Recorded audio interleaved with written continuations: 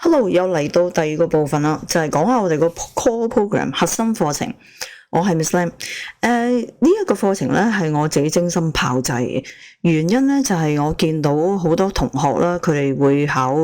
即係我諗由細到大都會聽到好多坊間嘅嘢咧，就係咩時候底下咧，我又要去邊度 take 一個咩嘅 program 啊，因為我要考試啊咁。咁我就喺度諗啦，有冇可能去製造或者設計一個英文嘅 program，可以達到一個目的係佢哋可以考出邊公開試，而唔需要再 take 任何額外嘅 program 咧？咁我就炮製咗一樣嘢，裏邊有3樣嘢 ：reading comprehension、editing、morpheme。reading comprehension 咧就係閱讀理解，好多地方都有得讀噶，但係咧我哋嘅閱讀理解又出邊同嘅閱讀理解有少少唔一樣，我哋唔會特登去 focus on 某一個考試，我哋基本上係漁翁撒網，乜鬼形式嘅嘢都會有，長嘅、短嘅、深嘅、淺嘅，長去到20幾頁，跟住答一紮題目都會有。咁嗰啲咧就顧名思義，梗係 cater 係一啲大學考大學嘅博士啊，或者一啲犀利啲嘅大學嘅。你想入一啲特別嘅神科啦，所謂嘅，咁所以咧，同學會因應佢哋嘅能力咧，而去做唔同程度嘅練習。咁最主要其中一樣嘢咧，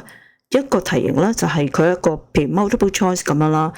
咁佢揀完一個答案之後咧，佢會問究竟邊一個句子係令到你會答呢個答案。咁呢個形式咧，就似乎出邊街係好少會有，我自己都未見過。咁喺我哋嘅 centre 裏邊，我哋就已經用咗10幾年，所以咧呢一款嘅題目咧，其實都好幫到學生咧，去將佢個思路咧重新再演繹過，重新再編製過，令到佢哋更加清晰諗嘢。咁另外咧就係 editing 啦。editing 咧就係編輯啦、修輯啦，即係嗰啲類似 A 啊、and 啊、the 啊，或者係大細草啊。咁我哋聽落去就吓咁淺 ？No， 其實咧成個系列咧係去到 Form 5、Form 6嘅 level。咁會去到一個乜嘢嘅境界咧？就係希望學生咧自己寫完一篇嘢出嚟嘅時候咧，可以自己去有能力去改。嗰個係我哋嘅最終目的，因為一路讀上去咧，我哋知道無論大學、碩士、博士，越寫就越多。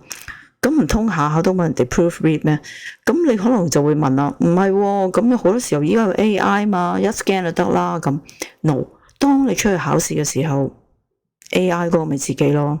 咁所以editing 呢個部分咧係真係打根基。